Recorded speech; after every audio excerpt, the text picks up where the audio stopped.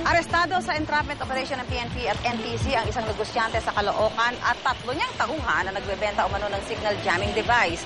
Ipinagbabawal ang pagbebenta ng naturang aparato lalo't posibleng magamit ito para guluhin ang nalalapit na eleksyon. May live report si Ian Cruz. Ian? Yes, Susan, arestado nga ng pinagsalib na puwersa ng PNP Anti-Cybercrime Group at National Telecommunications Commission ang negosyante si Giovanni Titan dahil umano sa pagbebenta ng signal jamming device sa kanilang tanggapan sa 4th Avenue, Caloocan City kagabi. Kasama ng nadakip ang kanyang mga tauhan na sina Romel Ogo, Matthew Mercado at Betsaida Buena.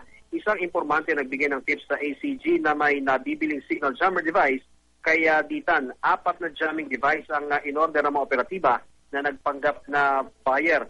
At Susan, pinresyohan daw ito ng 34,000 pesos lahat-lahat at nang maibigay nga ang bundle money, dito na inaresto ang mga suspect. Sa internet daw ang transaction para makabili ng jamming device. Kaya Ditan at kanina Susan ay iniharap na kay prosecuting attorney Gail Stephanie Maderaso ng DOJ ang 4 reklamong paglabag sa Tariff and Custom Code at e-commerce law ang isinampas sa kanila. Ipresenta rin ang mga jamming device na nakumpiska.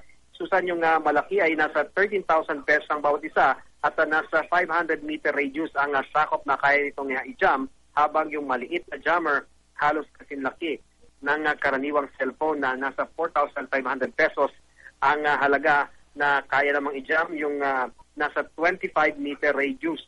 At ang negosyante si Titan, itinanggi naman na ibinebenta nila para ipang-jam ng signal sa eleksyon ang naturang mga jammer. At sinabi rin niya, Susan, na wala raw silang nabentahan na politiko at ayon sa NTC, illegal ang pagbibenta ni Titan ng jamming device dahil nga wala silang permiso sa kanilang tanggapan. Susan?